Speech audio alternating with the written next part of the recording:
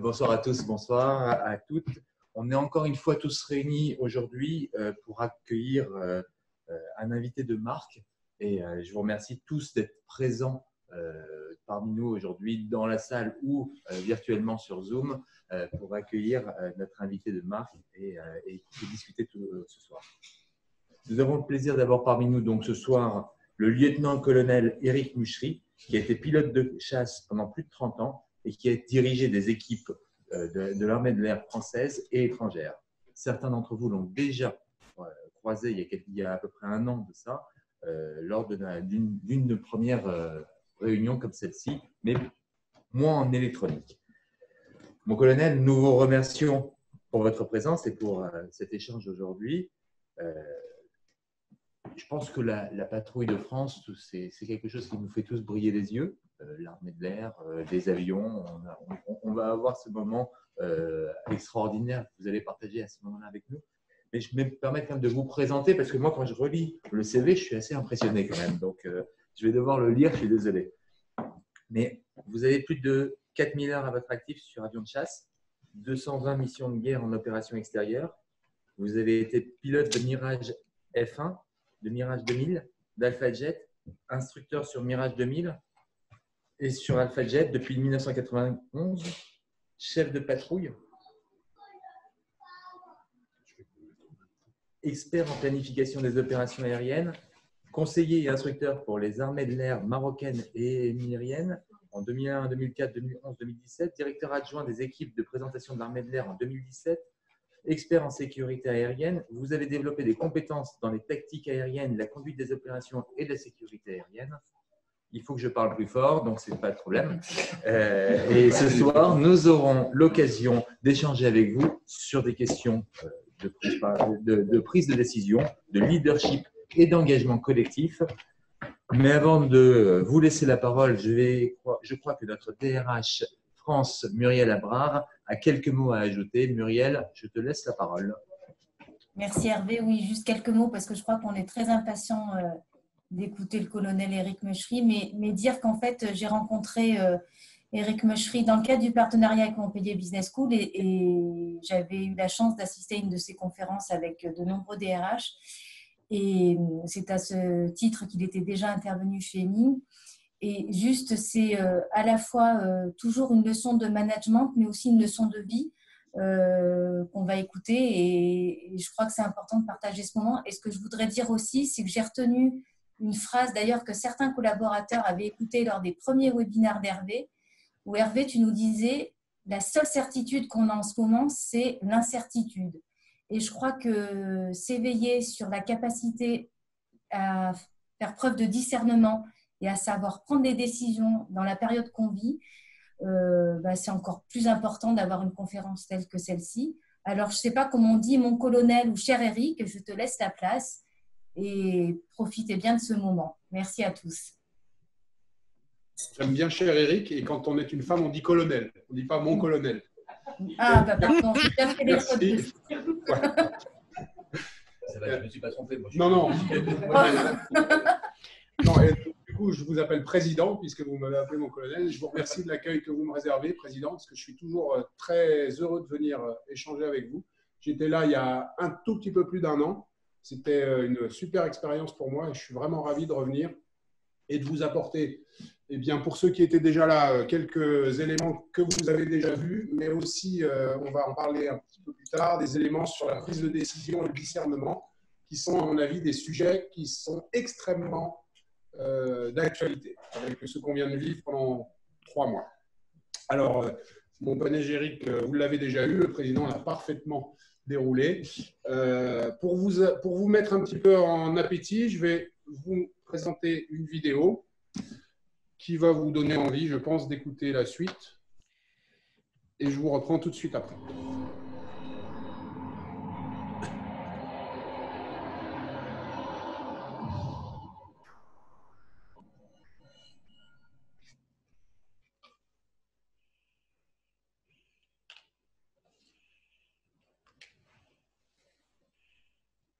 I want you to show me how to get to know someone like you, someone like you.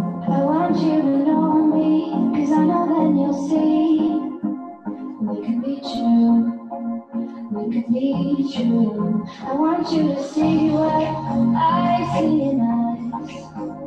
Something so real, something so real. I want you to see that this is a love we both feel, that we both feel. And how will we ever know if love will ever grow without trying, without trying? And how will we ever see if we are meant to be? It's terrifying, it's terrifying.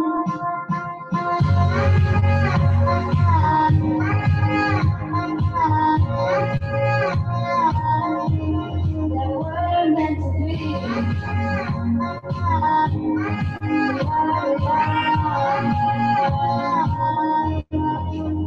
We're meant to be. We're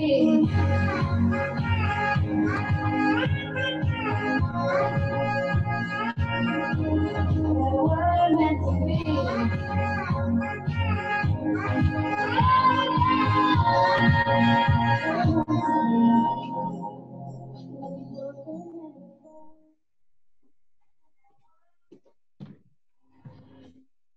Voilà, alors qu'est-ce qui permet de réaliser ce niveau d'excellence? Qu'est-ce qui permet de se croiser à 1200 km/h comme vous l'avez vu sur la vidéo? C'est un petit peu ce qu'on va essayer de découvrir ensemble dans un premier temps en parlant d'engagement collectif. Comment on arrive à mobiliser toutes ces personnes pour que le produit final soit à ce niveau d'excellence. Alors, pour l'engagement, j'ai choisi un petit procédé, ceux qui ont déjà vu la présentation le connaissent. J'ai pris le mot engagement et j'en ai fait un petit acrostiche d'une dizaine de lettres, hein, exactement. Et on va essayer de trouver des mots qui nous permettent de définir ce que c'est et ce qui favorise l'engagement collectif pour arriver au niveau d'excellence que vous avez découvert avec la vidéo. J'ai d'abord cherché quelques définitions de l'engagement. Il y en a une qui me plaît beaucoup, c'est se donner soi-même en gage. Se donner soi-même en gage, c'est-à-dire donner tout son corps, tout son esprit, toute son expertise dans le but de réaliser un projet et dans ce cas-là, ensemble. Mais je trouvais que ce n'était pas très suffisant, qu'on pouvait approfondir un peu. Et donc, on va découvrir ensemble les 10 mots, les 10 valeurs qui nous permettent de mieux s'engager. Alors, d'habitude, je le fais en mode interactif. N'hésitez pas, ceux qui sont derrière leurs écrans, à intervenir, on vous entend. Donc, vous pouvez intervenir, vous pouvez proposer des choses. Et dans la salle, évidemment, vous pouvez, en fonction de vos inspirations et des lettres, mais on va être obligé d'aller assez vite quand même parce qu'on est un peu contraint par le temps, de trouver ce qui peut définir cet engagement. Alors, le premier, je vais vous aider parce que c'est une vision un peu militaire. Je suis militaire d'abord, donc qu'est-ce qui permet de s'engager comme ça, tous ensemble, et d'aller, vous avez vu, à 8 avions faire exactement le même trajet, la même trajectoire au millimètre près. Ce qui permet d'arriver à ce niveau, c'est d'abord d'avoir un étendard derrière lequel on s'engage.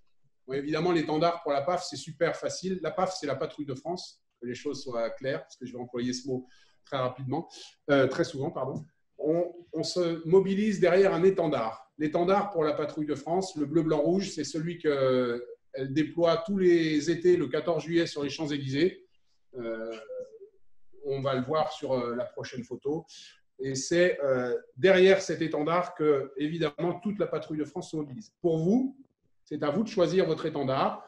Moi, je pense que je l'ai mis en haut à droite des diapos. Voilà, c'est votre sigle, c'est votre ralliement. Derrière Hemming, vous devez tous sortir de la tranchée derrière le drapeau. On ne sort pas de la tranchée tout seul. On ne va pas au-delà du danger et de l'effort tout seul. Donc, il faut l'étendard pour sortir de la tranchée derrière l'étendard. Ça peut être un maillot d'une équipe, ça peut être un logo, ça peut être le panda pour le World Wildlife, etc. Il faut choisir le bon étendard. Ensuite, pour que l'équipe soit efficace, il faut connaître sa place dans l'équipe. Donc, j'ai mis numéro. Pas dans le sens où on est un numéro simplement anonyme dans l'équipe, mais bien dans le sens où chacun connaît sa place et chacun connaît son rôle. À la patrouille de France, chaque pilote a sa place et chaque pilote a son rôle. J'ai le truc, bon, c'est pas grave. vous voyez que l'intérieur gauche, c'est le numéro 3, l'intérieur droit, c'est le numéro 2, etc. Ils ne sont pas échangeables. Chacun peut tenir parfaitement sa place et son rôle, mais il est incapable d'aller tenir la place opposée. D'accord ? Le leader est irremplaçable. Donc, chacun connaît son rôle, aussi bien en vol, chacun connaît exactement les repères qu'il doit maintenir pour tenir sa place, mais aussi au sol. Au sol, chacun a un rôle bien défini. Un s'occupe de récolter les informations météo, le second s'occupe des médias, le troisième s'occupe de contacter les aéroports qui nous accueillent, etc. Chacun a un rôle, au sol comme en vol, et chacun le réalise du mieux qu'il peut, et surtout, chacun ne va pas mettre son nez dans les affaires des autres. Et ça, c'est super important, parce que du coup, il y a la confiance qui s'installe, et chacun doit faire confiance à l'autre pour ce qui concerne sa partie. Alors ensuite, pour le G, vous avez une idée? Qu'est-ce qui pourrait être utile pour qu'on travaille ensemble comme ça au sein de la patrouille de France? Donnez-moi un mot qui commence par G. Même ceux qui sont derrière leur écran. Hein. La gagne. On vous entend. La gagne, ouais. Groupe. Le groupe. Ils ont été plus forts que vous derrière les écrans. C'est bien, vous suivez. Donc le groupe. Pourquoi je parle du groupe? Évidemment, on parle de l'engagement collectif. Donc, pourquoi je parle du groupe? Parce que à la patrouille de France, le groupe est très important. Et comment on fait pour choisir les pilotes de la patrouille de France? Il y a une cooptation qui est réalisée. Les candidats se présentent, ils viennent passer 24, 48 heures au sein de la patrouille. Il n'y a aucune sélection technique. Tous les pilotes de l'armée de l'air, chefs de patrouille, sont capables de réaliser techniquement de tenir leur place au sein de la patrouille de France. En revanche, ce qu'on regarde, c'est leur comportement, la façon dont ils se comportent au sein du groupe, leur exemplarité, j'en reparlerai après, et la façon dont ils vont s'intégrer dans le groupe déjà existant. À la patrouille de France, on change 3 pilotes tous les ans. C'est un mode qui est spécifique à l'armée de l'air française. Les autres patrouilles italiennes, anglaises, gardent leurs pilotes très longtemps, ce qui permet d'avoir une plus grande expertise, mais ce qui ne permet pas, comme nous le faisons, nous, de redonner de l'oxygène, des idées neuves, de l'élan au groupe. Donc nous avons choisi de renouveler 3 pilotes tous les ans, et ces pilotes sont choisis par cooptation. La cooptation a des défauts, elle a un énorme avantage, c'est qu'une fois que le groupe les a choisis, il est obligé d'assumer ce choix, même s'ils ne font pas totalement l'affaire. Voilà. Et ce qui est important aussi dans ce groupe, c'est, vous le voyez en haut à gauche, là, la petite photo, là, c'est le rituel d'intégration dans le groupe. Les 3 nouveaux, à la dernière présentation de la PAF, passent toute la présentation sous le soleil de Salon de Provence, et Dieu sait sur le tarmac si il peut être violent, dans une tenue d'apparat, en portant le fanion de l'unité, et ils attendent le retour des pilotes. Lorsque les pilotes vont arriver, ils vont se parquer, les 3 qui s'en vont descendre, et ils vont accompagner les 3 nouveaux jusqu'à l'unité. Ce rituel d'intégration est super important parce que c'est à ce moment-là qu'on se sent intégré dans le groupe et prêt à sortir de la tranchée, comme je l'ai dit tout à l'heure, derrière l'étendard. Super important. Évidemment, j'ai mis personne ne peut sortir du groupe parce que aussi bien en vol, vous voyez là sur la photo, que si quelqu'un décide de sortir du groupe à ce moment-là, il met en danger les 7 autres avions. Donc, il est impossible de sortir du groupe pendant la présentation, mais il est aussi impossible de sortir de groupe, de quitter le groupe pendant la saison. Parce que, comme je l'ai dit tout à l'heure, tous les pilotes sont irremplaçables. Ils sont à leur poste et ne sont pas échangeables. Donc, on ne peut pas quitter le groupe en cours de saison sous peine de mettre la saison par terre. Pour le A, une idée dans la salle pour égaliser les points? Audace. Audace, oui, il en faut, c'est vrai. Adhésion. Mais quand on sort, oui, c'est presque ça. C'est l'aboutissement, l'objectif. Pourquoi on fait cet effort? Pourquoi on travaille? À la patrouille de France, c'est très clair, l'aboutissement du travail de la saison, c'est la construction du ruban. Le ruban, c'est la présentation. C'est ce qu'on appelle… pourquoi ruban? Parce que si on le trace sur un écran, comme vous le voyez là, ça dessine une espèce de ruban comme les filles qui font de la GRS, vous savez, avec, voilà. Et donc, on trace ce ruban. Ce ruban, il est unique. Il est chaque année reconstruit avec l'équipe. C'est la marque du leader, c'est la marque des équipiers. Et c'est la réalisation parfaite de ce ruban qui est l'objectif, l'aboutissement de l'effort fait par les pilotes et les mécaniciens et tous les personnels de la Patrouille de France. Et puis évidemment, l'aboutissement, je vous ai mis, pour que vous ayez une idée, le calendrier des meetings de la saison 2018. Ici, il y avait 100 meetings dans la saison. D'accord ? Donc 100 meetings sur une saison qui dure à peine 6 mois. Vous imaginez le rythme qui est imposé à l'équipe de la Patrouille de France. Donc voilà l'aboutissement. Très important de savoir pourquoi on fait l'effort, de fixer des objectifs. Et j'irai même plus loin, de fixer des objectifs intermédiaires, des marqueurs de progression. À la Patrouille de France, lorsqu'on arrive, les 3 nouveaux pilotes ne savent pas voler à 8. Donc on commence par les faire voler à 2, puis à 4. Et puis il y a la première boucle à 8, qui est un marqueur très important, qui est célébré par une petite cérémonie, etc. Et on marque comme ça la progression de chacun au sein de l'équipe. Et comme ça, chacun peut évaluer son parcours, évaluer sa progression. Parce que si on ne faisait pas ça, la moitié des nouveaux abandonneraient parce que la marche est énorme. La marche à parcourir est énorme. Donc, si on ne fixe pas des marqueurs de progression intermédiaires, les gens peuvent se décourager. Aboutissement. Évidemment, il faut un guide à la Patrouille de France. Très facile, le guide, c'est le leader. Vous le voyez ici sur la gauche. Il y a, avant chaque vol à la Patrouille de France, un briefing. On appelle ça la musique. Pourquoi ? Parce que le leader, à gauche, vous voyez, pendant tout le vol, qui dure 25 minutes, il déverse dans la radio une espèce de litanie. Il prononce plus de 1000 mots qui donnent le rythme de la présentation. Les pilotes, évidemment, ont des repères visuels, mais l'oreille est très importante parce qu'avant de se mettre en virage à gauche, par exemple, le leader va dire « et tourne à gauche ». Et sur ce rythme, les pilotes vont commencer le geste avant que l'avion bouge et vont pouvoir tenir la place parfaitement. Et ce briefing sert aussi à mentaliser tout le vol. C'est une répétition du vol sur sa chaise. Vous voyez, vous avez vu dans la vidéo, on les voyait faire les gestes. Donc, ils ferment les yeux, ils vivent leur vol, ils mentalisent tout leur vol afin d'avoir le cerveau prêt à agir sans temps mort, sans contretemps. Et le leader, pour marquer le coup, il est sur une chaise haute, et c'est vraiment comme ça, comme vous le voyez sur la diapo, sur une chaise plus haute que les autres, et il est face au groupe, et il récite son vol. C'est lui qui trace la route. Tout le monde lui fait confiance, et personne ne va regarder où il va, s'il est sur le bon trait, s'il fait sa présentation correctement. Les autres n'ont pas le temps. Ils maintiennent leur place et lui font une confiance absolue. Si le leader se trompe, si le leader percute le sol, les 8 avions percutent le sol. D'accord ?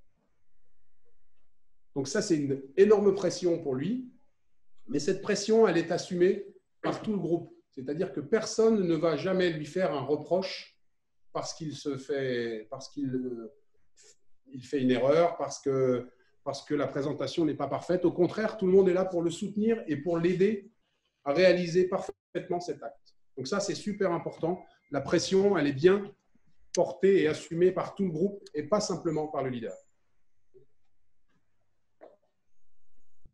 L'importance du guide, elle révèle aussi quelque chose qui est fondamental dans la réussite du groupe, c'est l'empathie. L'empathie dans le groupe fait l'efficience du groupe. Dans un groupe de 8 personnes, l'empathie permet d'anticiper les mouvements, l'empathie permet d'anticiper les coups de mou des autres, l'empathie permet de savoir, en connaissant les réactions et en les anticipant, de savoir réagir plus vite.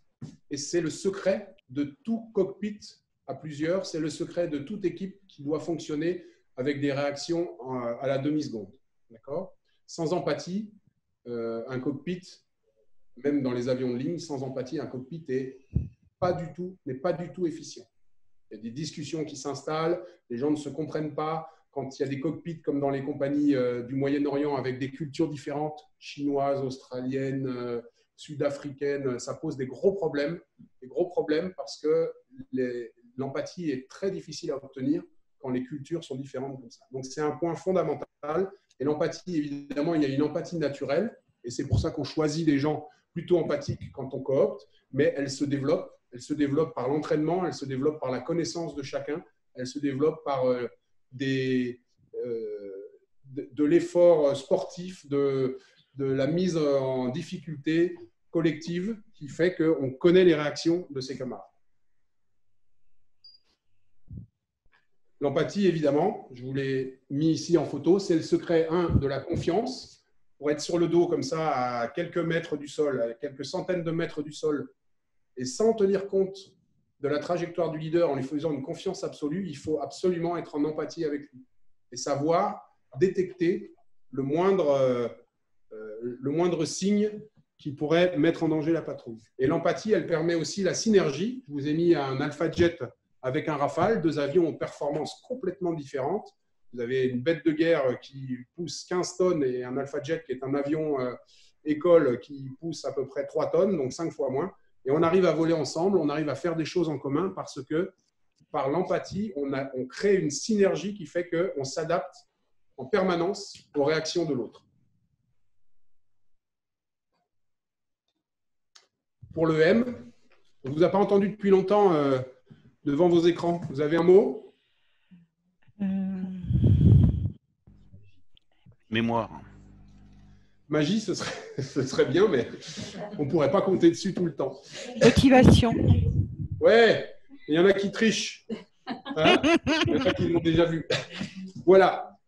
Motivation, super important pour un groupe comme la Patrouille de France. La motivation n'est pas seulement de faire le ruban, de faire des jolies arabesques dans le ciel. Il faut évidemment donner du sens à tout ça. C'est très important de donner du sens parce que sinon, vous avez vu, sans démonstration dans l'année, sans donner un sens profond à ces démonstrations, la lassitude s'installe, la fatigue s'installe et l'engagement n'est plus le même. Comment on donne du sens à la Patrouille de France, à notre travail? Eh bien, on donne du sens en accueillant parmi nous les blessés de guerre, les amputés.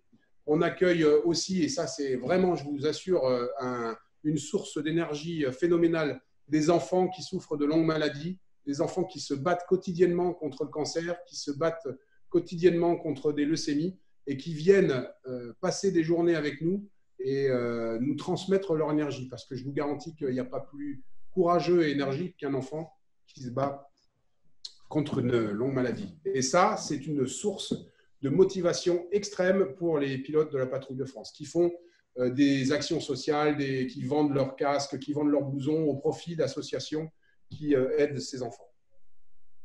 Donnez du sens à vos actions. Il y a un dernier E, et c'est très important aussi pour nous, l'exemplarité. Dans un groupe de 8 personnes comme la Patrouille de France, chacun se doit d'être exemplaire en permanence. C'est une culture à la Patrouille de France et c'est aussi ce qu'on regarde quand on sélectionne les 3 nouveaux. Est-ce qu'ils sont irréprochables au niveau de la tenue? Est-ce que leur coupe de cheveux est appropriée? Est-ce que leur façon de s'exprimer est appropriée? À chaque instant, l'exemplarité doit être là parce que dans le groupe, celui qui ne suit pas ces règles, qui n'est pas exemplaire, va semer tout de suite la discorde, le trouble. L'empathie va disparaître parce qu'on ne va plus lui faire confiance. Et puis, l'image du groupe va être atteinte. Donc, c'est très, très important. Et pour nous, à la PAF, vous ne verrez jamais à la Patrouille de France un pilote avec une combinaison tachée, un pilote avec des chaussures qui sont pas cirées. Vous verrez toujours des gens qui, quand ils sortent de l'avion, se changent rapidement pour être présentables quand ils montent sur le podium. On en fait un point d'honneur. Très important, l'exemplarité. Mais tout est important, hein, je n'arrête pas de répéter ça. Il manque quelque chose à tout ça. Là, vous avez des gens qui sont super motivés, qui sont en patte, qui se connaissent. Vous avez un super leader qui va les amener partout. Mais il manque un truc essentiel à ce moment-là. Un truc essentiel qu'ils vont tous aller dans le même sens, tous avancer dans la même direction et mettre leur énergie en commun. Pardon. C'est la norme. Sans norme, sans cadre, il est impossible de se croiser à 1200 km/h à quelques mètres l'un de l'autre. Il est impossible de tenir sa place à 2 mètres de son leader quand celui-ci est à 45 degrés de piqué vers le sol, à 600 km/h. La norme, c'est le secret de la discipline et donc du travail en commun dans le même sens et pour les mêmes objectifs. Et c'est le secret de la sécurité. Et cette norme, on va en reparler ensuite dans la prise de décision, vous verrez, parce qu'elle peut être aussi, si elle est trop importante, elle peut être un obstacle à la bonne prise de décision. La norme à la PAF, c'est un livre qui fait 70 pages et que chaque nouveau pilote doit connaître par cœur quand il arrive. C'est la première chose qu'on lui demande. Ce qu'il a le droit de faire et ce qu'il n'a pas le droit de faire. Je parle en vol, hein, bien sûr. On appelle ça la Bible, pour vous dire si on considère que c'est important. Et le dernier mot, j'ai un peu triché. La lettre n'est pas le début du mot, mais c'est plutôt la dernière syllabe. Si vous avez ce groupe. Engagement. Ouais. C'est pas la dernière syllabe. Ça finit donc par T. Comme gratuité. Respect. Honnêteté, ouais. C'est presque ça. Il y a un peu d'honnêteté. Et c'est probablement la chose. L'humilité. Voilà, il y en a, quelqu'un l'a dit derrière son écran. C'est la chose la plus difficile à conserver à la patrouille de France et c'est la chose la plus essentielle pour la survie du groupe et des individus. C'est l'humilité. L'humilité, dans mon métier, c'est ce qui vous garde en vie. D'accord ? Et le meilleur exemple de ça, c'est ce qui s'est passé en juillet 2017. Vous vous souvenez, ceux qui ont regardé le défilé, eh bien, un des pilotes n'avait pas la bonne couleur, donc ça nous a fait un drapeau un peu bizarre, en tout cas pas celui qu'attendait le président Macron, je pense. Je n'ai pas le temps malheureusement de rentrer dans tous les détails de cette affaire. On en parle après si vous voulez autour du rafraîchissement. Ce que je peux vous dire, c'est que vous avez devant vous là l'exemple même de ce qu'on appelle les plaques de Rison. Les plaques de Rison, ce sont les plaques de protection, les boucliers qu'on met en place pour se prémunir d'un incident dans le domaine aérien, pour se prémunir des accidents, etc. Là, typiquement, toutes ces plaques qui ont été mises en place pour que rien n'arrive comme ça, elles ont sauté parce qu'il y a eu un problème de communication, parce qu'il y a eu un problème d'humilité, parce qu'il y a eu un excès de confiance et donc les décisions n'ont pas été prises comme il fallait. Les décisions n'ont pas été prises.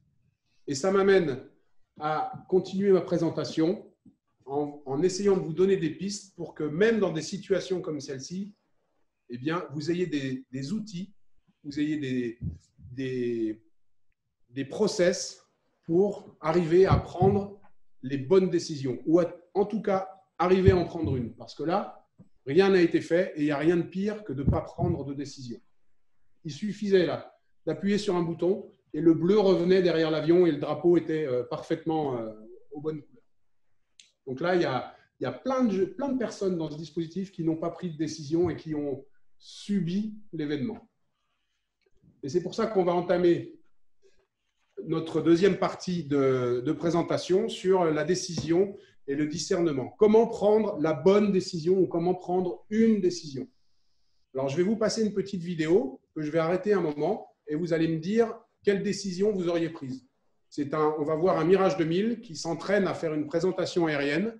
Je vous rappelle que le Mirage 2000, c'est un avion de chasse avec un seul moteur et un siège éjectable.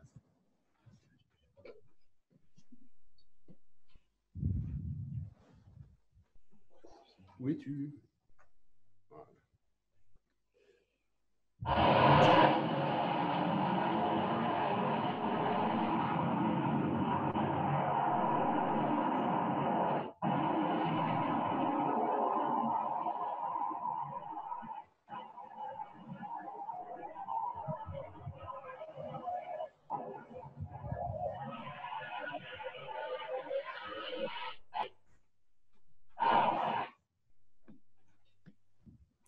Que faites-vous? Vous êtes aux commandes du Mirage, que faites-vous? Pardon? Vous remettez les gaz. Non, mais là, il n'y a plus de possibilité de remettre les gaz. Là. siège éjectable. Non, mais la personne est éjectée déjà. La personne est éjectée. Ça, S'éjecte déjà. c'est une très bonne réponse.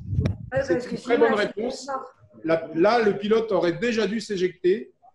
Et c'est la procédure d'ailleurs, parce que de toute façon, à ce niveau-là, il n'y avait plus aucune chance de sauver l'avion. Donc, le pilote aurait dû s'éjecter. Je dis aurait dû parce que regardez ce qui se passe. Il ne l'a pas fait. Il repart.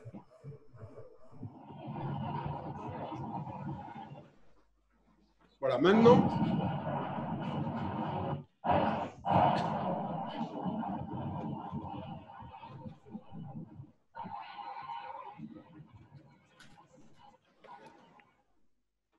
Voilà, vous avez vu l'éjection. Hein, mais cette éjection, hein, vous avez vu le siège qui partait à un moment. Après, l'avion tape, il repart et le pilote s'éjecte. Il a survécu.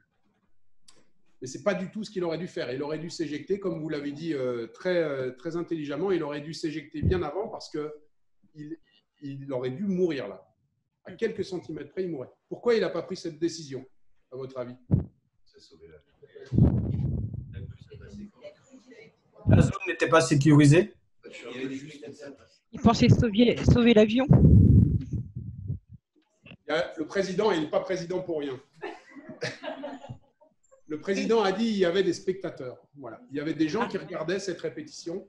Et ce présentateur, ce qui lui a pas permis de prendre la bonne décision, c'est que son ego a pris le dessus et lui a dit « Tu ne vas surtout pas casser cet avion et tu ne vas surtout pas passer devant tout le monde pour quelqu'un qui n'a pas les capacités de faire cette présentation. » Et plutôt que de s'éjecter et de sauver sa vie, il a préféré rester dans l'avion, évidemment en pensant.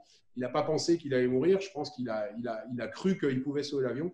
Mais il aurait dû sauter et il n'a pas sauté parce que son ego lui a dit « Ne saute pas, sinon tu vas passer pour quelqu'un d'incompétent. » Finalement, l'avion tape. Vous avez vu, le moteur est fracassé, donc il ne peut plus voler.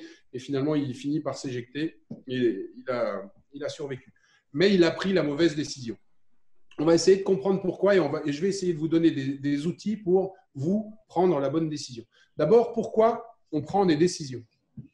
Chaque fois qu'on prend une décision, c'est parce qu'il y a un risque et qu'on doit évaluer ce risque et prendre une décision pour s'écarter le plus possible de ce risque. Un risque, qu'est-ce que c'est? Parce que vous allez me dire, non, mais on ne prend pas toujours des risques, c'est pas une décision, ce n'est pas forcément un risque. Si, une décision, c'est un risque, mais seulement le risque, personne ne sait trop ce que c'est. Est-ce que vous savez ce que c'est que le risque? La définition du risque. Là, je vous ai aidé, je vous ai mis les lettres. Probabilité et gravité. Voilà. C'est bien. Il y a quelqu'un qui a déjà vu ma présentation ou quoi, là, derrière le… Voilà. Le risque, c'est la multiplication de la probabilité d'occurrence du phénomène et de la gravité de ses conséquences. Donc, vous avez des risques très faibles parce que la gravité est énorme. Par exemple, une centrale nucléaire qui pète, la gravité, elle est monstrueuse, mais la probabilité d'occurrence est tellement faible, 10 puissance moins 6, que le risque, finalement, est très faible. Et donc, on les met partout en France. Et à l'inverse, vous avez des risques qui arrivent, des choses qui arrivent très souvent, mais dont la gravité est tellement faible que finalement, on peut s'en accommoder. Donc, le risque, c'est vraiment ça. C'est la probabilité d'occurrence multipliée par la gravité. Alors, comment on va prendre des décisions et gérer ce risque? La prise de décision, elle est tout le temps liée à cette matrice. Cette matrice qui, vous voyez, en abscisse a le temps et en ordonnée le niveau de risque. En fonction de la position dans la matrice, le processus de prise de décision va être différent. Et je vais essayer, je n'ai pas beaucoup de temps, mais je vais essayer de vous donner quelques pistes pour que chaque fois que vous êtes dans une de ces situations, vous ayez une méthodologie qui vous aide à prendre la décision. On va commencer par les secteurs faciles, le secteur 3 et le secteur 4. Le plus facile, c'est le secteur 3. Le risque est faible et le temps est court. Vous devez prendre une décision rapide, mais vous ne risquez pas grand-chose. Donc là, il n'y a pas vraiment de méthode. D'accord? Vous pouvez vous fier à votre intuition librement. Vous pouvez vous fier au hasard, prendre une pièce, la lancer en l'air, dire pile ou face, etc. la décision est sans conséquence. Donc, tout est bon. L'empirisme, l'intuition. Est-ce que ce soir, je fais des frites ou des carottes à mes enfants? Le risque, si je leur donne des frites, c'est qu'ils grossissent un peu. Le risque, si je leur donne des carottes, c'est qu'ils ne mangent pas du tout. On s'en fout un peu. Donc, je vais ouvrir le frigo et je vais prendre ce qui sort. Voilà. Ça, c'est risque bas, temps court. D'accord? Je n'ai pas de méthode à vous donner, mais faites-vous confiance. Pour le risque, pour la zone 4, le risque bas et le temps long, il y a deux façons de voir les choses. Et c'est très intéressant. La première, pour les procrastinateurs comme moi, eh ben, on attend de revenir dans le secteur 3. C'est-à-dire qu'on laisse défiler le temps et puis finalement, on fait confiance à son intuition et à l'empirisme, etc. C'est ce que font beaucoup de gens. Pour vous, en entreprise, je pense qu'il y a quelque chose de beaucoup plus intéressant. C'est ce que j'ai noté en dessous. C'est le meilleur moment pour déléguer, coacher et former vos collaborateurs. Le risque est faible. Le temps de la décision est long. Prenez le temps de les faire décider à votre place. Prenez le temps de les aider à décider. Prenez le temps d'évaluer avec eux et de leur donner des pistes pour prendre la décision, ou en tout cas une décision. C'est vraiment le meilleur moment. Profitez-en. On attaque un petit peu maintenant le dur. Le secteur des pilotes de chasse, c'est celui-là. Le secteur 1, le risque haut, le temps court. Un pilote de chasse, vous l'avez vu dans la vidéo de la patrouille de France, ce sont des décisions instantanées ou quasi instantanées dans des situations complexes avec des milliers d'informations qui arrivent. Donc, comment on fait face à ce risque haut, temps court? Essentiellement, dans l'aviation en tout cas, mais dans le secteur de l'entreprise aussi. Je pense aux centrales nucléaires, je pense aux processus technologiques évolués. On travaille avec de la procédure ou du processus, qui est peut-être moins figé. On s'entraîne énormément, on fait du simulateur, on répète, parce que ce qu'on veut, c'est entraîner son cerveau à réagir en mode automatique. Donc, on répète des procédures pour que dès qu'on détecte le risque, on ait une décision quasi automatique, sans réflexion. Et on fait évoluer ces procédures avec le retour d'expérience que j'appelle le rétex, en disant, ben voilà, là, il s'est passé ça n'a pas fonctionné, donc on va changer le process, on va le faire évoluer un peu, l'entraînement, etc., ne correspond plus, il faut changer les choses. Ça ne marche que lorsque vous avez déjà été confronté au problème. Et qu'est-ce qui se passe quand on n'a pas été confronté au problème et qu'on ne s'est pas entraîné à des méthodes de prise de décision? Il se passe Rio Paris, 250 morts. Parce que l'équipage a été confronté à une situation qui n'avait jamais été envisagée, c'est-à-dire la perte de l'information anémométrique, la perte de vitesse, de l'information de vitesse dans l'Airbus. Et c'est un truc qui n'avait jamais été pratiqué au simulateur. L'équipage qui était assez jeune à ce moment-là s'est retrouvé dans une situation qui était non connue, pour laquelle il n'était pas entraîné et n'a pas été capable d'appliquer une méthode de décision et d'analyse performante. Et donc, ils sont allés jusqu'au crash et ça a duré. Ils auraient pu se servir d'une méthode qui est utilisée par la Lufthansa, par la NASA, par beaucoup de monde. C'est une méthode assez simple. Vous allez voir, elle va vous paraître même presque intuitive. Vous allez vous dire, mais c'est ce que je fais normalement. Oui, sauf que quand vous avez 250 passagers et que votre avion commence à plus voler, eh bien, le niveau de stress est tel que l'intuition ne suffit plus et l'inconscient ne suffit plus. Il faut se ramener à des méthodes. Cette méthode, on l'appelle la méthode Fordek. Pourquoi Fordek? Parce que c'est une méthode séquentielle où on analyse les faits. Qu'est-ce qui se passe? Je prends l'exemple du Rio Paris. Qu'est-ce qui se passe? Eh bien, j'ai perdu l'information de vitesse. Quelles sont les options? Les options, l'équipage aurait dû se poser la question, est-ce que mon avion vole ou est-ce que mon avion ne vole pas? Mon avion vole, eh ben, je continue mon vol tel qu'il est prévu et je verrai plus tard, je me dérouterai sur un terrain, etc. Mon avion ne vole pas, là, je prépare le crash, l'amérissage et je vais préparer mes passagers à amérir, leur dire d'enfiler leur gilet de sauvetage. Voilà les deux options qui se présentent. Ces options n'ont pas été envisagées. Jusqu'au sol, l'équipage croyait que son avion volait et s'est mis dans une situation dont il ne pouvait plus sortir. Donc, on analyse les options. Une fois qu'on a ces options, on analyse les risques qui sont liés à ces options. Là, je reprends l'exemple. Le risque, première option, on amérit. Le risque, c'est qu'il n'y ait pas de bateau pour nous secourir suffisamment tôt et qu'il y ait des noyés. Bon. Deuxième option, on se déroute sur un terrain. Le risque, c'est qu'on n'ait pas suffisamment de pétrole pour se dérouter sur le terrain le plus proche, etc. C'était au sud de l'Atlantique. Mais enfin, on évalue les risques. Et en fonction du résultat de cette analyse rapide des risques, on prend la décision de ce qu'on va faire. Et on exécute. D'accord ? On prend la décision et on se met immédiatement en mode exécution. Et quand on exécute cette décision, eh bien, au fur et à mesure de l'avancée de l'exécution, on contrôle le bon déroulement et on vérifie que cette décision était opportune. Hein ? Là, par exemple, si je reprends l'exemple, on décide de se dérouter sur un terrain, mais on s'aperçoit finalement que la météo sur ce terrain, elle est catastrophique et qu'on n'arrivera pas à se poser. Eh bien, on revient à la première option et on décide d'amérir quelque part près d'un bateau pour secourir les passagers. Voilà. Contrôle et reprise d'une autre option si la décision s'avère ne pas être la bonne. Méthode Fordek, je vous garantis. Évidemment, là, ça m'a pris un peu de temps pour la développer et pour vous l'expliquer. Et vous vous dites certainement qu'on n'est plus dans le temps court. On est dans le temps court et je vais vous le prouver avec cette vidéo pour que vous ayez bien conscience de ce qui se passe. Vous allez être aux commandes d'un F-16. Vous savez ce que c'est qu'un F-16 ? C'est un avion de chasse américain avec un seul moteur, hein, monomoteur. Et c'est un pilote de F-16 qui décolle d'un terrain et qui, au bout de quelques instants, n'a plus de moteur. Son moteur s'éteint. D'accord ? Donc, je vous passe la vidéo. Essayez d'écouter, c'est en américain, donc, mais on saisit quelques trucs. Et vous allez voir ce qui se passe. La procédure, je vous le dis, dans l'armée de l'air française, en monomoteur de chasse, votre moteur s'éteint. La procédure, c'est diriger son avion vers une zone inhabitée et s'éjecter. Voilà ce qu'on nous demande de faire. Et vous allez voir.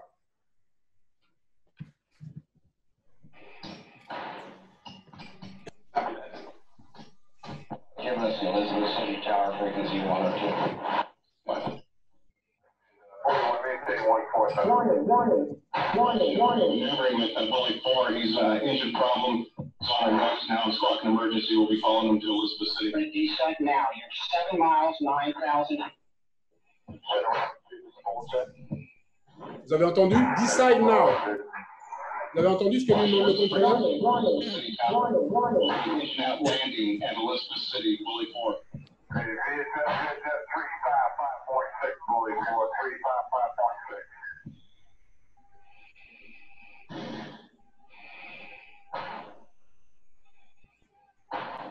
Elizabeth City Tower. Bully 4, it's off to your left. Coming in. Engine out, landing on runway 0. Come left now, Ford. To 23 left. Runway 1, here's the wind bank, runway 0, 0 and 5. Now camera 3013, report 5 miles.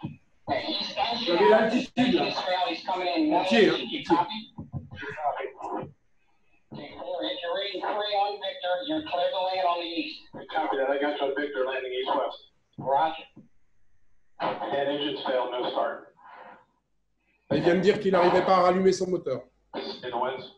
You want to jettison your tanks? Go ahead and get your tanks off now. Okay, tanks are off.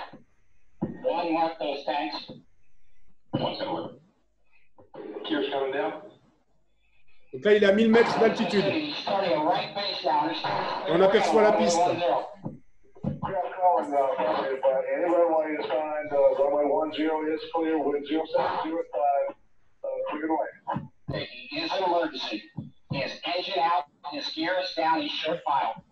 Good. Got 3 green. You're doing good. You got 3 green. You look good.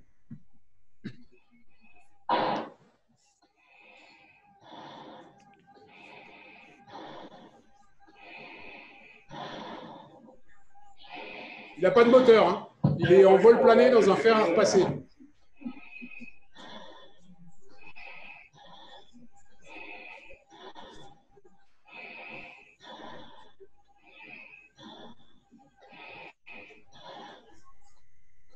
Good job. Good, now get it stopped. Good job, il lui a dit le gars. stop, no problem. Thanks for the help. And John. Only 31.2 off your left wing, high, about 6,000. Chris, Ok. Alors, ça c'est après. Donc vous avez vu, il est dans son F16, il est à 15 km de sa base, il est à 3000 mètres d'altitude. D'accord? Donc je vais revenir à ça, voilà. Il est à 15 km de sa base, il est à 3000 mètres d'altitude et son moteur s'éteint. Je vous rappelle que dans un avion de chasse, ce n'est pas un planeur. Hein. Un avion de chasse sans moteur, c'est comme un fer à repasser. Ça a la même finesse. La finesse, c'est la distance qu'on peut parcourir par rapport à la perte d'altitude qu'on a. D'accord? Donc, c'est comme un fer à repasser, ça tombe. Le gars, il est à 15 km à 3000 mètres d'altitude et son moteur s'éteint. Vous avez vu? Déjà, le calme dans lequel il reste jusqu'au bout. Déjà, première chose. Il applique exactement cette méthode. Il se dit, qu'est-ce qui se passe? J'ai plus de moteur. Donc, sans moteur, mon avion, il ne vole plus. J'ai deux options. La première, c'est celle qu'on me demande de faire normalement. Je m'éjecte. La deuxième, je suis à 15 km de la base. J'essaye de ramener l'avion. Quels sont les risques? Première option, je m'éjecte. Le risque, c'est que l'avion, et vous avez vu qu'en dessous, il y avait des habitations, il y avait des villas, des maisons. Première option, je m'éjecte. L'avion a toutes les chances de se cracher sur une zone habitée et de faire ce qu'on appelle des dommages collatéraux. Et moi, je risque de me blesser en m'éjectant, parce que l'éjection, c'est jamais anodin. Et puis, troisième petit truc, c'est que je vais passer pour un mauvais pilote. Donc, l'ego, il prend sa petite part. Deuxième option, les risques de ramener l'avion. Et puis, je coûte aussi 100 millions de dollars au gouvernement américain par la même occasion. Deuxième option, je ramène l'avion. Quels sont les risques? Le risque, c'est que je n'y arrive pas et que je meurs avec l'avion si je rate la piste.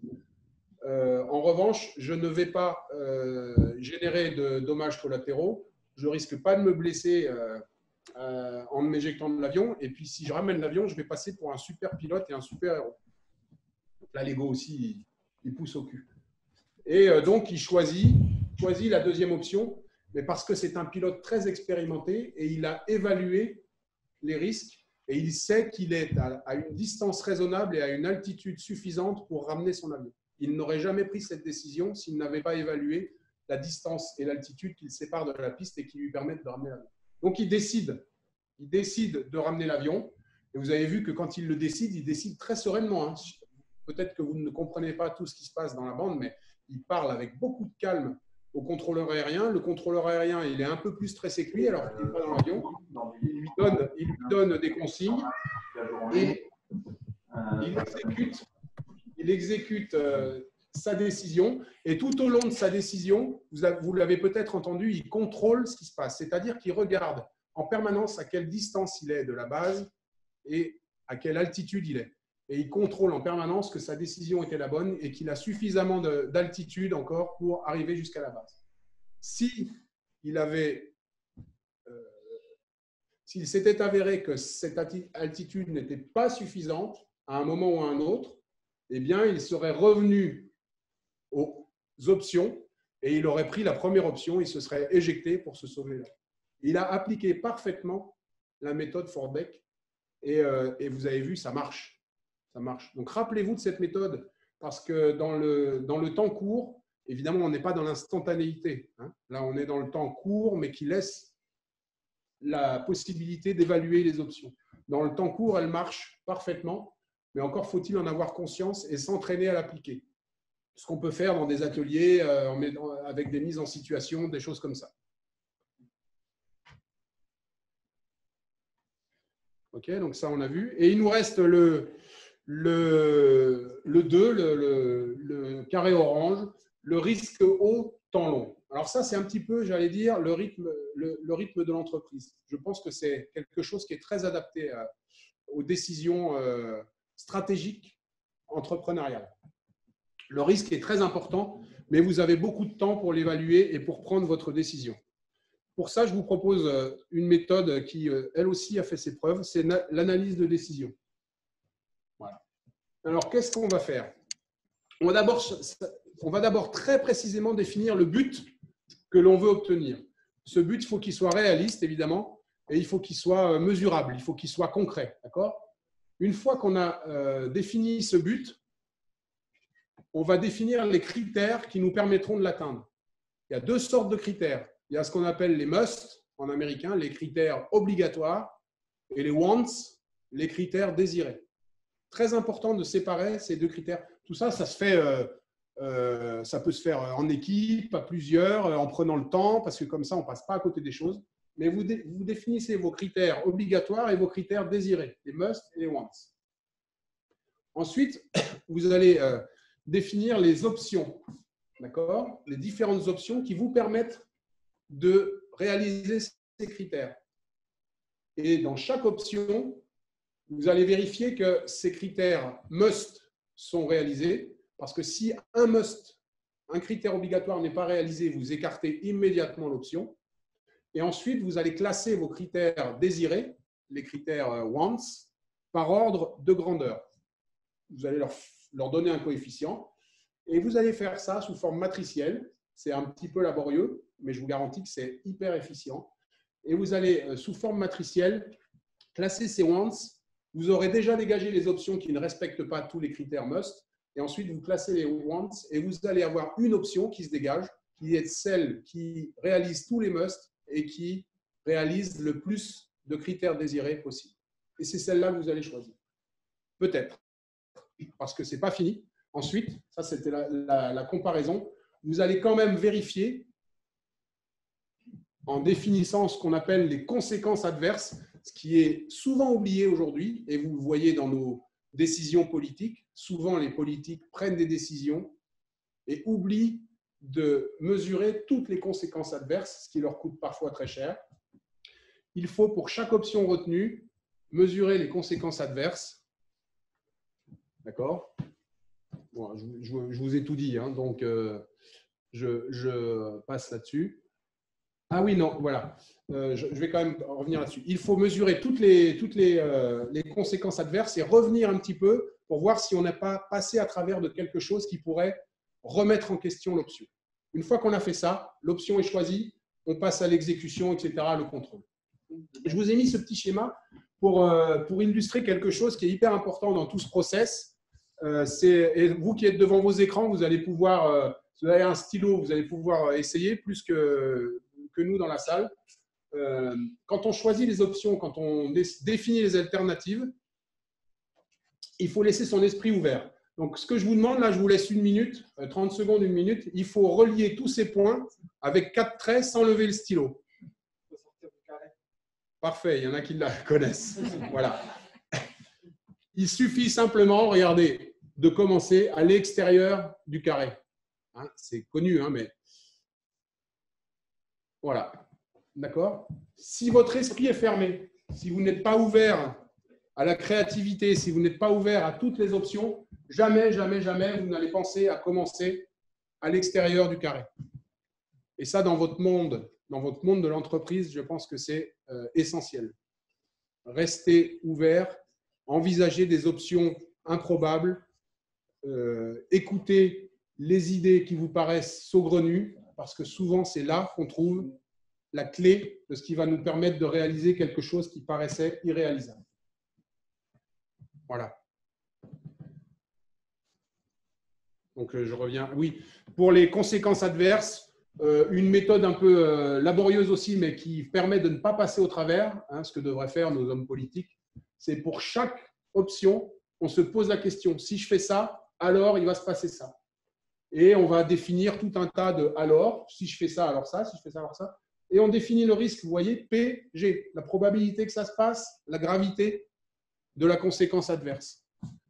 Là, j'ai fait une matrice à 3 entrées, mais évidemment, elle peut être beaucoup plus importante que ça. Et c'est ça qui va vous prendre du temps. Et c'est pour ça qu'on a besoin de temps long pour appliquer cette méthode. Mais si vous prenez le temps de la faire, vous ne passerez au travers d'aucune conséquence adverse. Et ça vous permettra de ne pas prendre la mauvaise décision.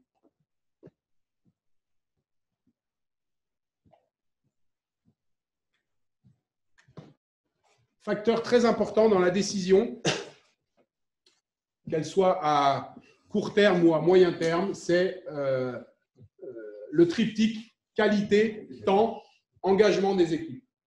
Toute décision, à moins que vous ne soyez le seul concerné, mais c'est quand même assez rare, toute décision va être l'objet d'une balance entre le temps que vous avez, la qualité que vous voulez associer à cette décision et l'engagement que vous voulez susciter de vos collaborateurs. Si vous êtes dans le temps instantané, il va être très difficile de susciter l'engagement de vos collaborateurs parce que vous allez devoir prendre une décision plutôt autoritaire. D'accord ? Si vous avez le temps, vous allez pouvoir mobiliser vos équipes, les intégrer au processus que je vous ai présenté tout à l'heure, les faire participer et leur engagement sera total. À vous de faire la balance, à vous de savoir si vous voulez plus d'engagement, si vous avez du temps, si vous voulez plus de qualité. Comme disait Clémenceau, pour prendre une décision, il faut être un nombre impair et 3, c'est déjà trop. J'aime bien celle-là. Je savais qu'elle vous plairait. Voilà, alors juste un petit sum-up dans cette analyse de décision. Je vous rappelle, quel est le but? Quels sont les résultats obligatoires et ceux désirés? Quelles sont les alternatives? Est-ce que c'est à la hauteur des attentes et des désirs? Quels sont les risques et leur degré de risque? Et quel est le meilleur choix? Voilà le process qu'il faut vraiment prendre le temps de faire. Mais encore une fois, on est dans le temps long. Là. On est dans la décision stratégique. On est dans la décision à haut risque, mais où on a du temps pour réfléchir.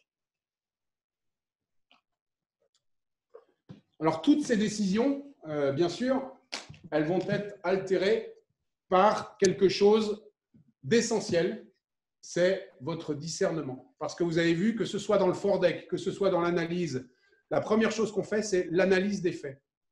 Si dès le départ, notre discernement est altéré, eh bien, tout le processus va être mauvais, j'allais dire altéré. Donc, parlons un peu de discernement. D'accord ? J'ai essayé d'écrire l'équation du discernement. Comme je suis un gros matheux, un pilote de chasse, c'est plutôt matheux. J'ai essayé de définir l'équation du discernement et voilà ce que j'ai trouvé pour essayer de mettre un contour au discernement. Le discernement, c'est la conscience de la situation plus votre intuition divisé par le temps, parce que le temps est très important dans le processus de discernement. Si vous êtes dans le temps court, vous allez avoir des phénomènes de stress, des phénomènes de parasitage qui vont vous empêcher d'avoir un discernement parfait, moins les perturbateurs.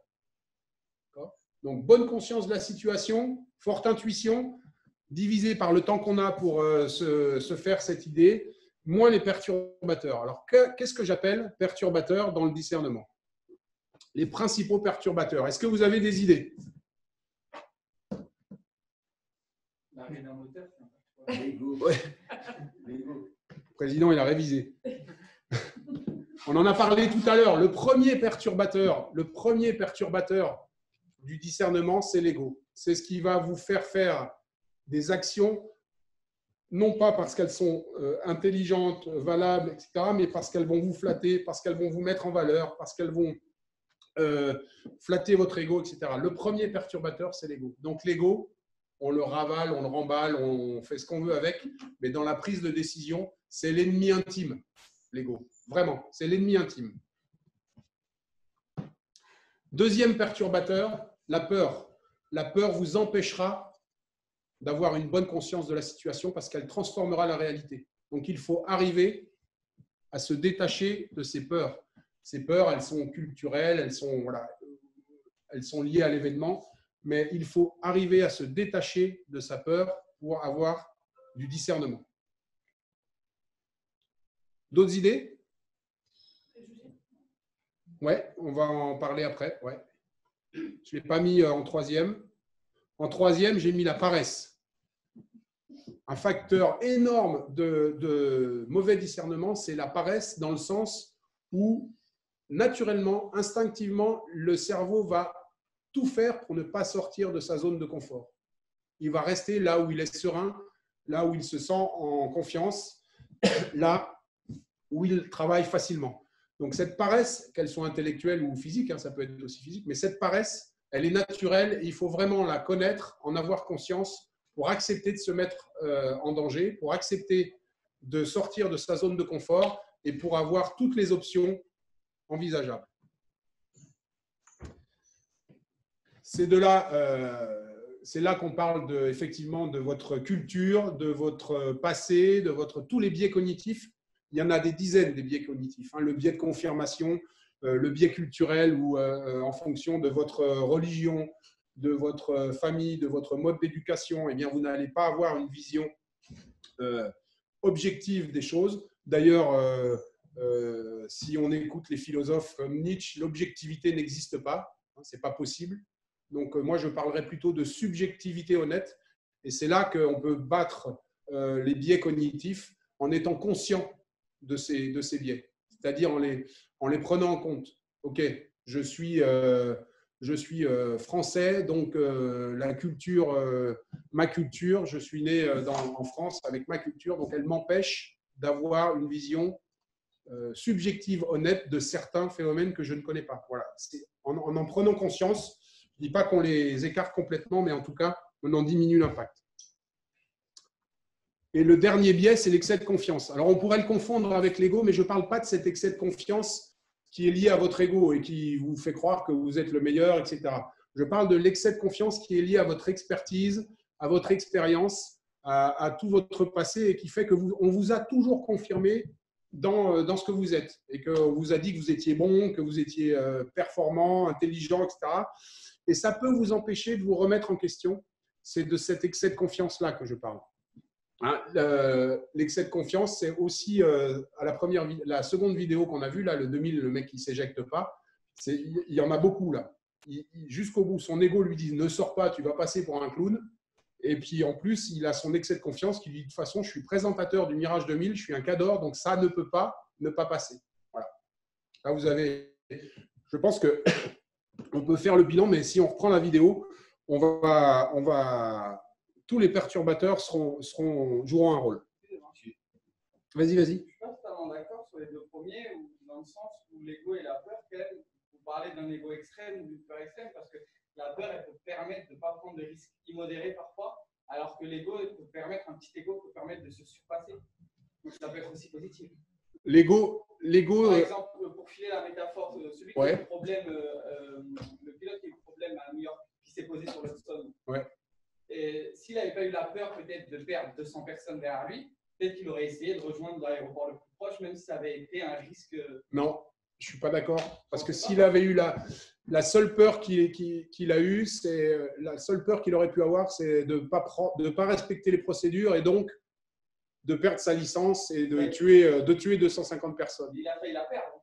Ben oui, exactement. Ouais. Et donc, il a surmonté cette peur, justement. Tu vois, c'est un très bon exemple. Il a surmonté cette peur parce que lui, il voulait sauver ces gens-là et surmonter la peur de ne pas appliquer la procédure lui a fait prendre cette décision. D'ailleurs, comme vous le soulignez, il a été traîné au tribunal et c'est super important. Je vous montrera après. Il a gagné après. Et il a gagné. Et quant à l'ego, là, on parle quand je parle d'ego, il faut se méfier de l'ego.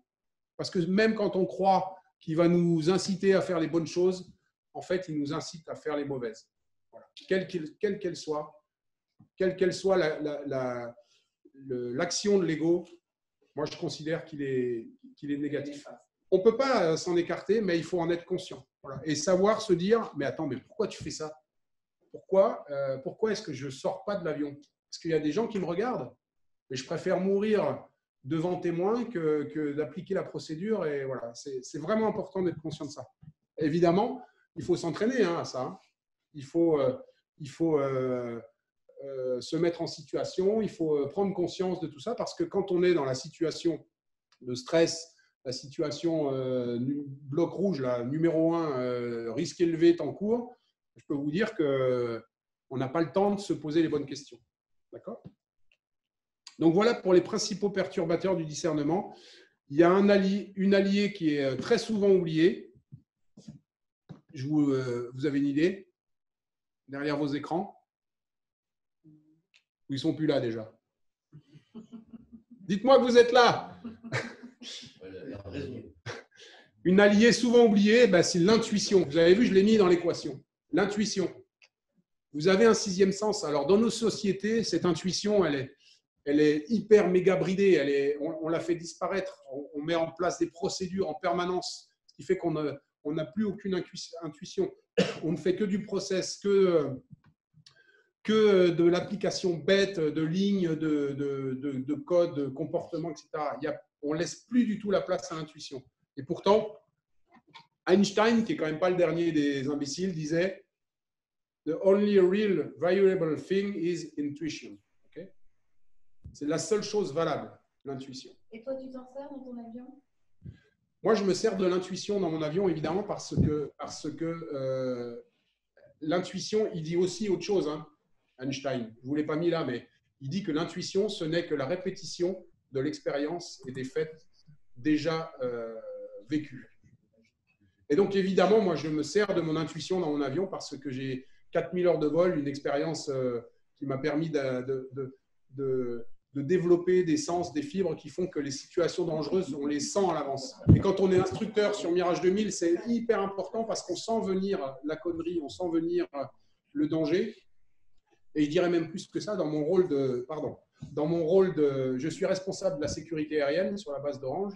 Et cette intuition, cette expérience me permet de détecter les signaux faibles qui font que j'interviens avant que les incidents ou les accidents arrivent. Voilà. C'est ça qui fait la force de l'intuition. C'est d'arriver à détecter les choses avant qu'elles n'arrivent.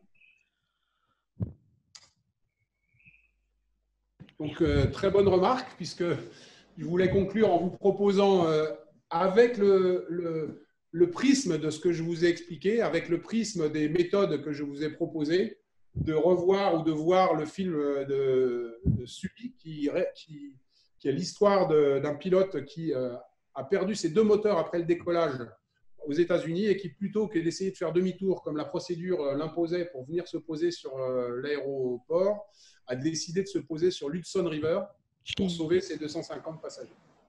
Il faut voir le film, il faut regarder les interviews de ce mec, qui est un ancien pilote de chasse, et qui décision que de regretter de ne pas en avoir pris. Merci. Comment est-ce que vous faites la part des choses pour une décision qui est pour le court terme et une décision qui est pour le long terme? Alors là, c'est quand Eric, je parle de... Eric, tu peux répéter? Pardon, ouais. La question, c'est comment distingue-t-on la décision de court terme de la décision de long terme? Alors, je n'ai peut-être pas assez dit, mais là, quand je parle de court terme, c'est dans la minute, quoi. C'est dans l'instant. La méthode d'analyse de décision, c'est vraiment du long terme, c'est du stratégique, on se réunit en équipe. C'est un travail de longue haleine parce que vous avez vu, il ne faut pas passer à travers les items, il ne faut pas rater des options. Donc ça, c'est vrai, quand je parle de long terme, c'est plusieurs jours, plusieurs heures. Voilà. Le court terme, c'est l'instantanéité ou dans la minute. Le long terme, c'est on se fixe un objectif, mais on a le temps de traiter et d'analyser. Oui. Dans le mot engagement, il y avait exemplarité. Est-ce qu'une fois, il y a un membre de la PAF qui s'est fait sortir pour défaut d'exemplarité? Alors, la question, c'est est-ce que à la PAF, on a déjà évincé des gens pour manque d'exemplarité? Oui, on a déjà évincé des gens pour manque d'exemplarité. Pas forcément des pilotes, mais dans la PAF, ce n'est pas seulement des pilotes, hein, ce sont des mécanos, des gens qui…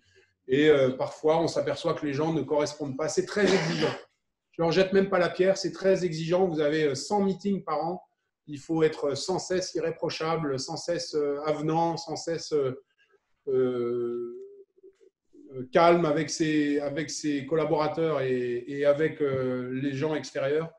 Donc, des fois, la pression est trop forte, en particulier les gens qui restent trop longtemps à la patrouille de France. C'est tellement exigeant qu'on sent qu'il y a une fatigue, une lassitude qui s'installe et on leur demande gentiment d'aller faire autre chose, mais c'est très rare. Non, il doit y avoir eu 1 ou 2 cas, mais le problème, chez les pilotes, de toute façon, quand l'exemplarité n'est pas là, l'empathie n'existe pas, la cohésion se dissout très rapidement et on va vers les incidents en vol très, très vite. C'est quoi la clé pour le recrutement? C'est-à-dire, à un moment donné, vous intégrez du coup ce pilote. Et donc, a priori, c'est un non-sujet sur la partie exemplarité. Donc, ça veut dire qu'il y a une exigence à l'entrée qui est très forte. Alors, la question, c'est comment on procède pour recruter les pilotes à la PAF. Comme je vous l'ai dit tout à l'heure, ils viennent passer 48 heures au sein de l'unité, du matin au soir. Donc, ça commence par le sport ensemble. Ensuite, ils volent ils volent dans la patrouille, mais en place arrière. Ils subissent le vol, le débriefing. Il faut qu'ils changent de tenue plusieurs fois, se présenter au chef. Évidemment, il y a des entretiens en haut. On les pousse un peu dans leur retranchement. Et puis, il faut dire aussi que le monde des pilotes de chasse, c'est un petit monde et qu'on se connaît beaucoup. Donc, on regarde aussi la réputation, j'allais dire, le passé, etc. Donc, tout ça est pris en compte. Après, il y a 9 pilotes à la patrouille de France et on doit en prendre 3. Donc, chacun veut faire rentrer son petit poulain, chacun a ses préférences. Donc, ça dure parfois très longtemps. Hein. C'est presque l'élection du pape. Donc, mais comme je l'ai dit tout à l'heure, c'est le défaut de la cooptation. C'est qu'il y a un phénomène de séduction, il y a un phénomène de parrainage qui s'installe. Mais une fois que la personne est acceptée, elle l'est par le groupe parce que chacun a un droit de veto. Donc, si quelqu'un met son veto, la personne est écartée. Donc, une fois que la personne est acceptée, c'est le groupe entier qui l'a accepté. Il n'y en a pas qui l'ont accepté, d'autres pas, etc. Donc, le groupe est obligé d'assumer son intégration. Et si ça se passe mal, on ne pourra pas reprocher à quelqu'un de l'avoir choisi, à quelqu'un de ne pas l'avoir choisi, etc. Parce que c'est le groupe entier qui l'aura choisi et le groupe entier devra assumer cet échec si c'en est un. Ça, c'est déjà arrivé, c'est très rare, mais c'est déjà arrivé. Et l'échec se traduit très souvent par un incident en vol, une touchette, comme on appelle, ou une mise en danger des autres. Il n'y a pas d'équipe B. Il n'y a pas d'équipe B. S'il y en a un qui a mal au ventre le jour de la représentation, il n'y a pas de représentation. On a un remplaçant. Le numéro 9, c'est celui qui a le plus d'expérience. Il a passé 5 ans dans la patrouille de France. Il a tenu à peu près tous les postes. Et lui est capable de remplacer tout le monde sauf le leader. Donc, si on a un cacamou comme ça peut arriver, ce remplaçant peut prendre la place de l'équipier. Et d'ailleurs, il le fait même régulièrement sans qu'il y ait de problématiques pour continuer à s'entraîner. Voilà. J'en profite, vous êtes institutionnel, peut-être que vous n'avez pas la réponse, mais j'aimerais bien savoir la cause du fiasco du Boeing 777 MAX. Comment ça se fait qu'il y a eu 2 accidents en 6 mois Qu'est-ce que vous savez? Est-ce que vous avez des informations sur ça? La cause, comme dans 95% des accidents aériens, la cause, c'est l'argent. Parce que Boeing a voulu développer cet avion très rapidement pour faire la nique à Airbus et elle n'a pas pris le temps de tester tout ce qu'il fallait et ils ont volontairement raccourci des séances de test et malheureusement, c'était dans un domaine où il ne fallait pas. Mais 95%, vous savez, je fais des analyses d'accidents aériens régulièrement, c'est mon métier. Si vous prenez la peine de remonter, de tirer la ficelle jusqu'au bout de la pelote, 95% du temps, c'est un problème de moyens financiers. On met la pression aux équipages pour gagner de l'argent, on ne répare pas les avions comme il faut, on ne met pas assez d'essence dans les avions parce que comme ça, ils sont plus légers, donc ils consomment moins. Donc voilà, il y a 95% du temps, ce sont des problèmes financiers. Malheureusement. Oui. Pourquoi est-on un charognard au milieu du groupe? Alors, le charognard, c'est le numéro 4. C'est celui qui intègre l'équipe. Quand j'ai dit qu'on prenait 3 nouveaux pilotes, il y a 2 équipiers et un futur leader. Et donc, le futur leader, on l'appelle le charognard parce qu'il est derrière son leader. Il le suit et il pense qu'il y a une chose pendant toute sa saison, c'est prendre sa place. Voilà. Moi, c'est clair. Donc, Eric, vous avez Hervé, voilà. Donc, on va vous remercier. On va aller prendre un verre pour ceux qui peuvent. Et on va remercier l'équipe. Merci beaucoup pour cette intervention. Merci. C'était passionnant. Merci. Et j'espère que ça vous a plu à tous. À très très bientôt. Et au revoir. Merci beaucoup. Bien sûr. Merci à tous ceux qui m'ont Merci beaucoup. Merci.